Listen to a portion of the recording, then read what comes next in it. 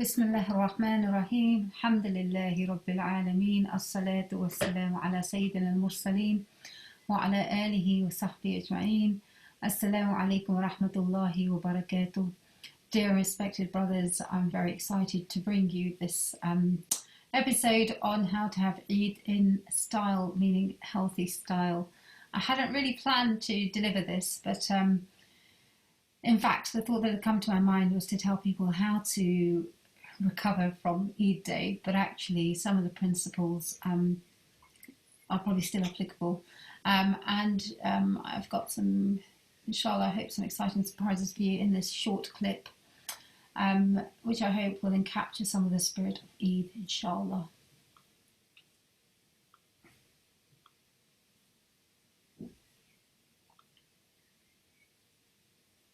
So how to have Eid in style. Now this is Barley Mustard in Lahore, and I put this here. I mean, there are many beautiful mosques, of course, but it's the community spirit. It's a bit of culture, a bit of tradition, and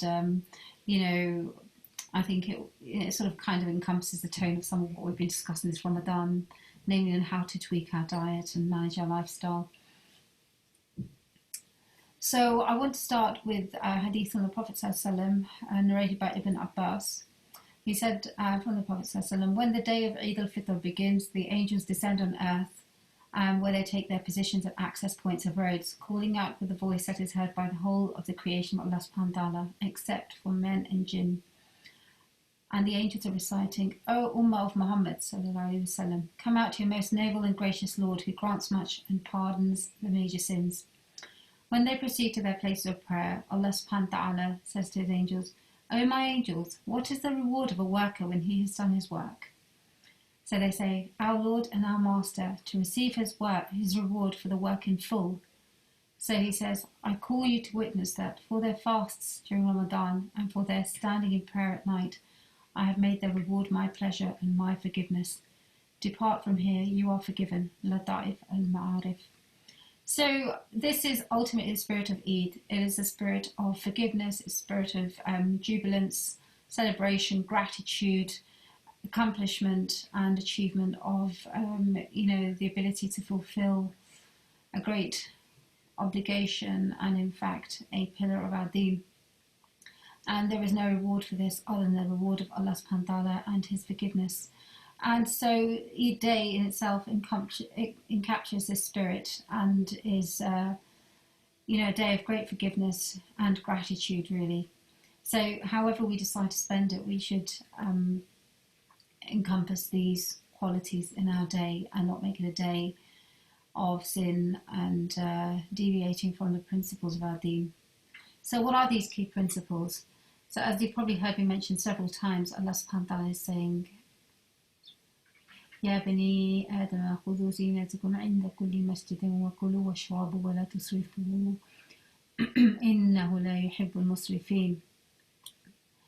This is from Surah Al-A'raf. Essentially, the key part of the verse is eat and drink and do not commit excess. So this is a command, and this doesn't change on Eid Day. So we can eat and drink and celebrate Allah subhanahu wa ta'ala's favours, but committing excess is within, it's where we overstep the boundaries. And the other verse is from Surah An-Nisa. يا أيها الذين آمنوا لا تأكلوا أموالكم بينكم بالباطل إلا أن تكون تجارة أو عن تراض منكم ولا تقتلوا أنفسكم إن الله كان بكم رحيما. So, and the key part of this verse is ولا تقتلوا أنفسكم, and do not kill yourselves. And how do we kill ourselves? Well, overeating is one of the ways of killing ourselves, for sure, through obesity, diabetes, inflammation, and coming back to the original hadith that I shared, that there's no vessel worse to fill than the stomach, and the son of Adam alayhi salam should take a third for water, a third for air, and a third for food. And we have some guidance around how we should eat and drink. So the Messenger of Allah sallallahu alaihi wasallam did not go out on the morning of Eid al-Fitr until he had eaten some dates, and he would eat an odd number, and this is from Bukhari. And regarding this, Ibn Qudama rahimahullah said, we do not know of any differing opinion concerning the fact that it is mustahab, highly recommended to eat early on the day of Eid al-Fitr. So 2 easy things: start your day early, start with Allah's blessings, have something sweet, have some dates, and have an odd number to fulfill the sunnah. And inshallah the day will start off in a good way. So I'm going to come back to the basics of eating. We've talked a lot about eating over the month of Ramadan. In fact, I don't think I've ever spoken so much about eating because, as I said at the beginning, nutrition is just one part of it, and it's how it fits into our lifestyles, how it fits into our mindset. So some things stay the same, so don't commit excess and try not to kill yourself. So eating the wrong stuff and eating too much and eating till you're bloated.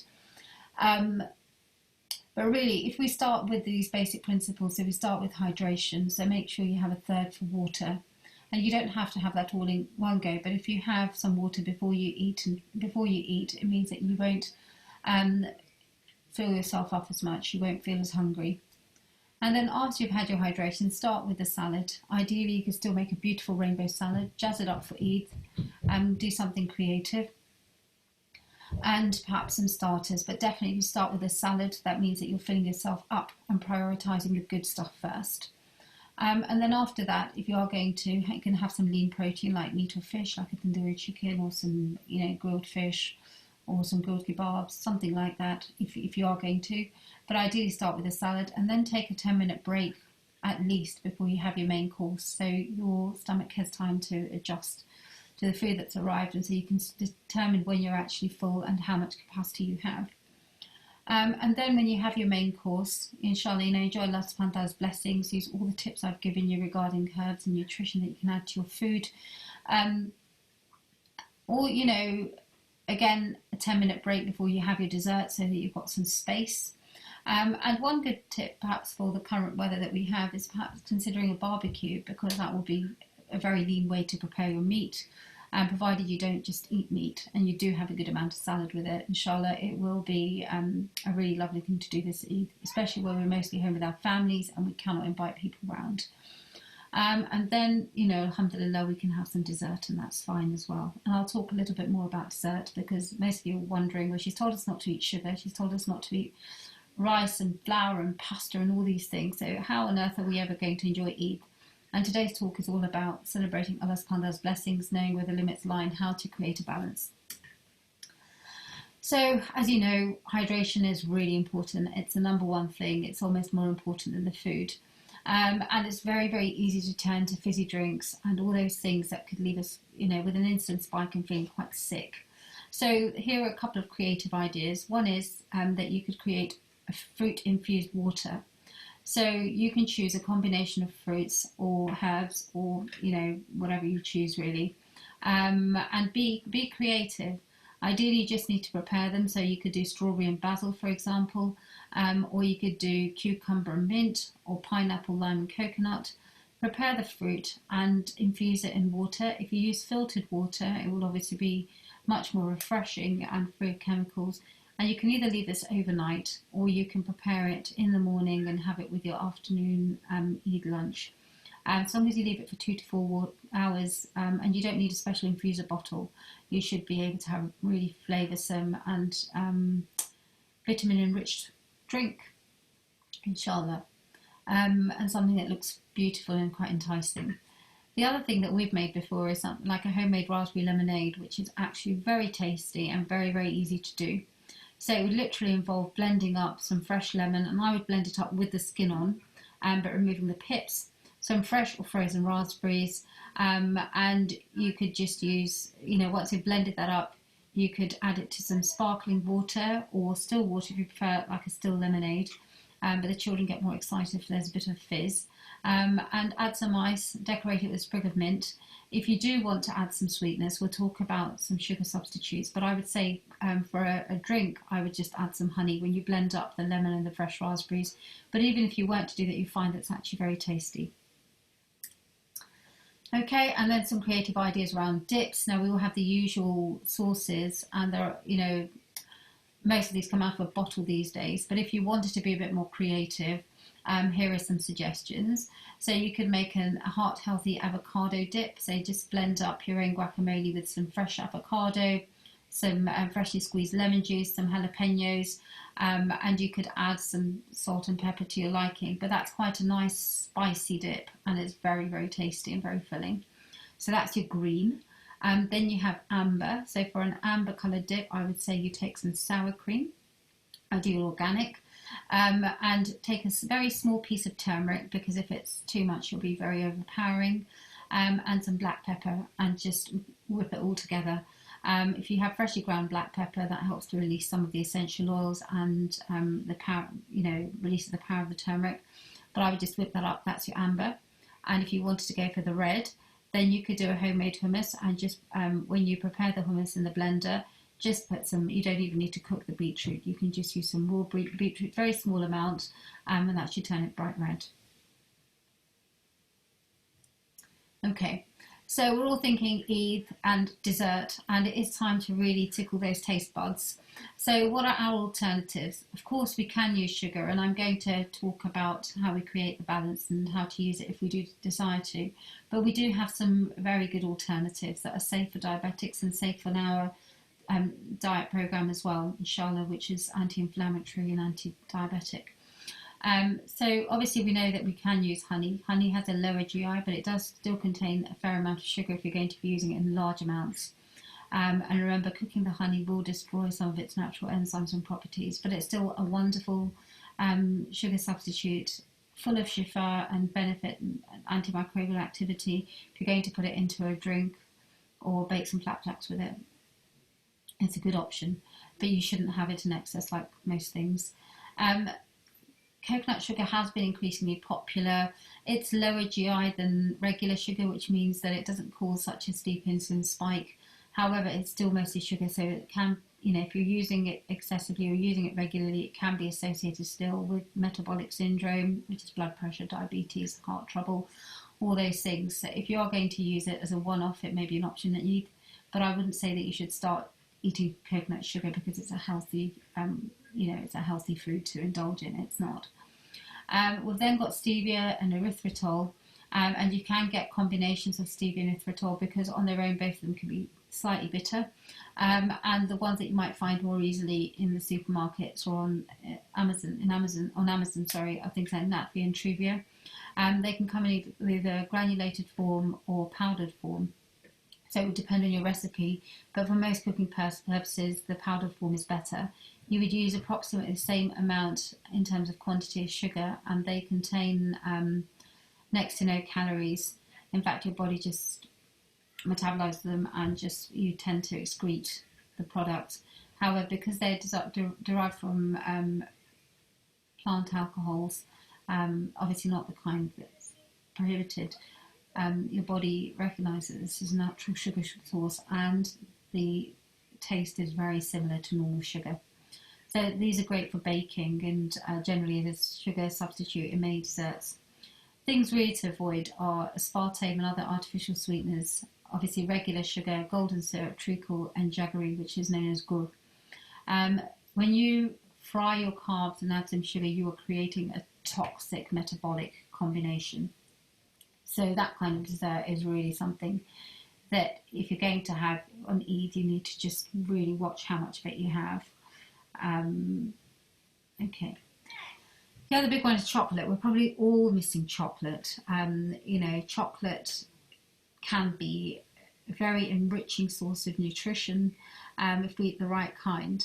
So ideally above 85% dark chocolate. Some people say it's anti-inflammatory or it has antioxidant properties, which means it can support the immune system. And we know that a small amount of dark chocolate has been shown to be beneficial in women of a certain age in preventing heart failure and also in relieving chronic cough and reducing the risk of chronic cough. So eating the right kind of chocolate can certainly be beneficial for your health. But again, it's not about excess, it's about enjoying these flavours and being grateful for them. So if you are going to go for chocolate, and this is going to be a bit tricky, but the ideal would be above 85%.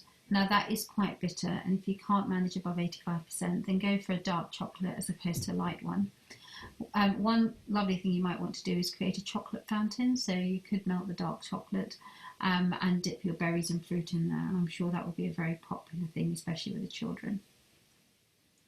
And chocolate brownies. So I was thinking, what would my children really like to have on Eid? I thought, well, brownies is something that they really enjoy.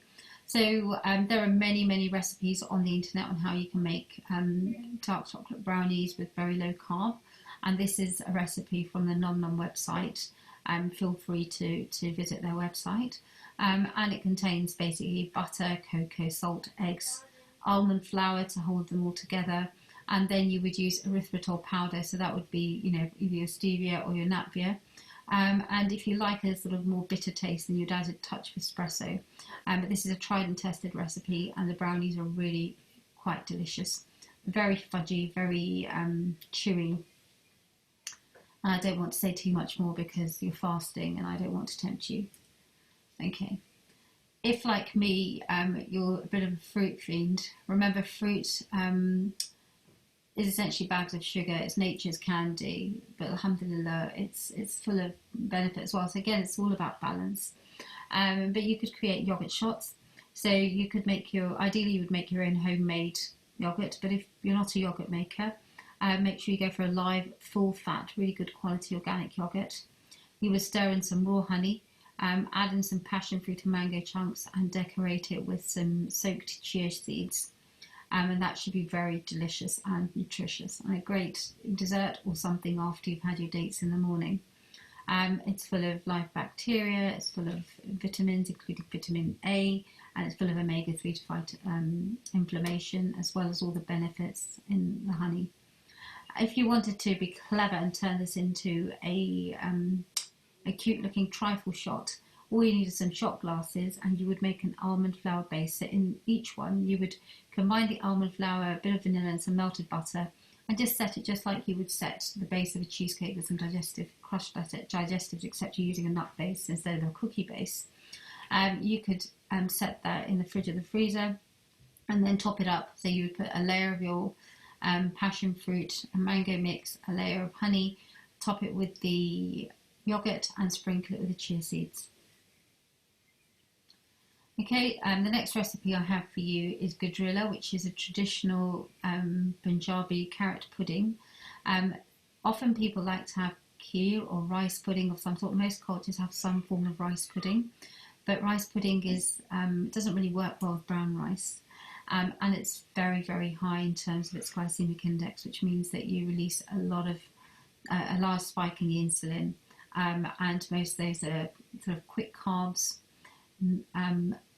and starches, which are really not good for our gut or for our metabolism. So instead of a rice pudding, you could go for a carrot pudding, which is just as delicious, if not more so. And you would basically cook this using carrots, full fat milk, cashews, cardamoms, nut beer or coconut sugar if you're going to make the exception for Eid, and some organic butter ghee. So the easiest way to do this is that you would saute your carrots in the ghee and add some milk to that until they're cooked. You can saute the nuts separately because you're going to stir them in right at the end. Once you've cooked the carrots in the ghee and then in the milk, then you're going to add the sweetener, whether that's coconut sugar or nut beer, and use approximately 3/4 of the quantity that you would of sugar. So if you're going to use a cup of sugar, use 3/4 of a cup of the nut beer. And cook that for another 3 to 4 minutes until it's completely dissolved in the carrot mixture. Then you're going to stir in the cardamoms and cook this for another 3 to 4 minutes. You can add some cream at this stage if you prefer, or some milk solids.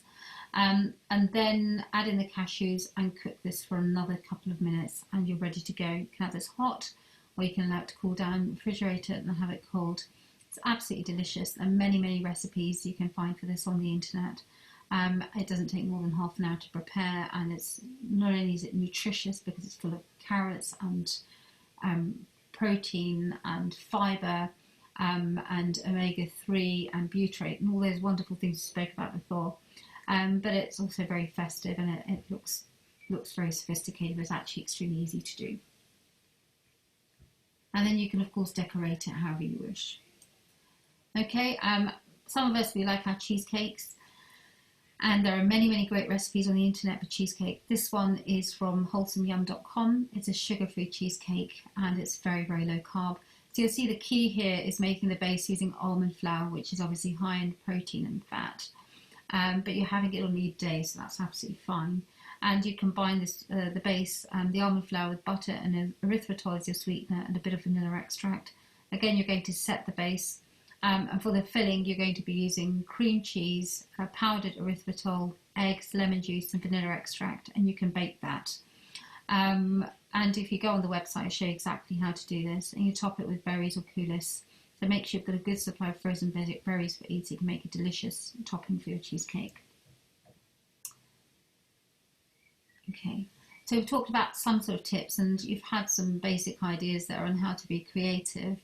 And inshallah, I'm sure you have many better ideas than me, but I wanted to show you that the world's your oyster. So although you're cutting back on rice and bread and flour and potatoes and all those things, and you're thinking, how on earth are you going to enjoy Eid? I want to show you there's a world beyond carbs, and there's a world that can allow you to enjoy things provided you are sensible and have a balanced approach, and that you can still make some really yummy things and enjoy this special day. But again, a lot of this comes down to our intentions. So on Eid Day, we should remember Allah subhanahu wa ta'ala, remember his favours and his blessings. So the things that will help us to eat the right way and celebrate with the right spirit are to remember 4 first aid principles. The first is that Eid is about community spirit rather than gluttony and greed. So we give our zakat al-fitr before the Eid prayer, so our brothers and sisters can enjoy the day. Those who are less fortunate are able to enjoy the same things as we are. They will spend a month feeling their pain, feeling their hunger, feeling part of one ummah, one body, and we shouldn't forget this on Eid Day. Even if we're celebrating Eid on our own this year, we should try our very best to, still capture this spirit.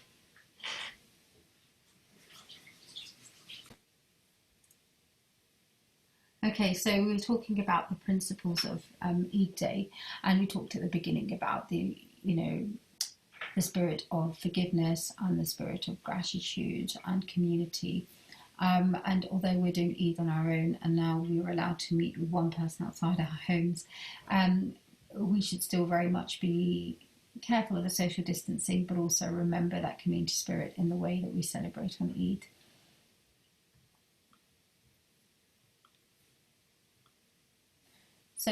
So gluttony and greed are not from our tradition. We should have trained ourselves over the last month to tackle these diseases of the heart, diseases that harden the heart and attach us to the dunya and take us away from Allah subhanahu wa ta'ala. Feeding the nafs excessively deprives the soul, and we don't want to lose that on this special day. The next thing is to experience gratitude. We should feel gratitude when we're able to share that food with our children or drop something nice to our parents. And really, it's a day of giving thanks to Allah subhanahu wa ta'ala, and that's not through excess, but it's by counting the blessings that he's given us and enjoying them and savouring them. We have too much food on the table. It's actually very, very difficult, very confusing for our brain and our taste buds to discern one from the other. We feel the pangs of our nafs telling us to eat more than we can manage. And we're not able to fully enjoy the food. All we get at the end is bloating and heartburn. And we still have a watering mouth and yearning eyes. The next principle is that of balance. So we talked many times about Ramadan being a month of retraining the balance between the body and the soul, and how to have a balanced plate and a balanced meal. A third for water, a third for air, and a third for food. And we've talked about finding that balance in our lives. And so on Eid Day, we don't want to lose all the learning, and we should still remember to eat in a balanced way.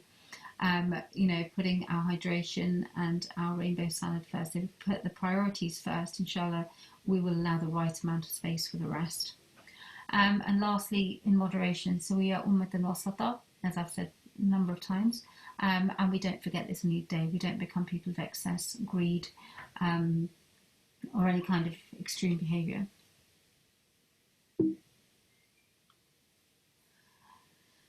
The second part of the first aid. So I want to put things in perspective with Eid. Now I know that it's not going to be everybody's cup of tea to sit there. Not everybody's going to be cooking at home. And some of us might even get a takeout. We've got a break after 30 days of preparing food at home in lockdown. And that's fine. So I want to talk about the 80-20 rule. Now, if you do the right thing 80% of the time, 20% of the time, your body will cope if you break the rule. So that's the first thing. So you decide to relax things a bit on Eid, that's absolutely fine. So long as you stay within the boundaries of the Sharia, and you don't eat to excess and you don't harm your body, and you do things in moderation, you'll be fine. But it's where we kind of break those boundaries that becomes a problem. But particularly on Eid day, I would say stick to the 80-20 rules. If you want to enjoy yourself, that's fine. Just don't become gluttonous about it, and don't forget the suffering of others. There are also some anti-inflammatory rescue suggestions, which I'll give you on the next slide, to help counteract any sort of inflammatory damage to your body from sort of delicious food and complex food, spicy and sophisticated meals. And then there's post-Eid detox, which I won't discuss here today, but let's see, inshallah, perhaps there will be something after Eid. Once we've had all our Eid dinners and celebration, inshallah, let's see just how we can get our bodies back on track. So the anti-inflammatory first aid, here we go. So glutathione is an important amino acid, so a chemical in the body, which is very, very important in fighting inflammation. It's an antioxidant. It fights toxic chemicals in your body. When we create a state of inflammation, either through eating the wrong kind of food or through the other factors such as aging and stress, the glutathione becomes very depleted. And so we are not able to fight inflammations effectively. If you consider adding something like broccoli or kale with your meal, these are very, very good sources of glutathione, of something called N-acetylcysteine, which becomes converted into glutathione or creates an increased supply of glutathione in the body, helps to regenerate the glutathione, and helps to fight inflammation. So if you are going to have a nice bun on Eid, make sure you've also got your broccoli in your rainbow salad. The other things that are potentially helpful are things like vitamin C supplements, but you would perhaps take them throughout Ramadan and on Eid, and maintaining optimal vitamin D levels, which I hope we've been discussing this throughout the month. So I hope, inshallah, everybody's on vitamin D replacement. Some people, benefit from N-acetylcysteine supplements, NAC supplements, but I wouldn't say that you need them at this moment in time. I would say just, try and follow the rules, have your broccoli or kale with you, and get back to normal as soon as possible afterwards. Then there's the issue of getting proper sleep. So on Eid day, we often stay up late the following day, and that's probably not a good idea. So you want to get back into routine. The only reason to really go to bed late is if you're doing Qiyam al-Layl and you're being powered by your spirituality. Otherwise, go to sleep on time, wake up, maintain the tahajjud habit if you're able to, and get some proper sleep so your body has a chance to replenish itself.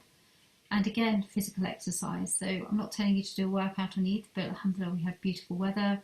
And despite the lockdown, we're now able to go into parks. So maintaining a social distance, please do take your family out, spend the day with happiness, with joy, and perhaps, you can, go out for a lovely walk or something along those lines. Okay, and as I mentioned before, there will potentially be a post-Eid detox program, inshallah, if Allah subhanahu wa ta'ala wills. So there we go. Those are my tips for a healthy and fun Eid. Inshallah, Jazakumullahu khairan for bearing with me throughout this series. Taqabbalallah minna wa minkum, and Eid Mubarak. Take care and keep us in your du'as. Okay, ma'as-salama.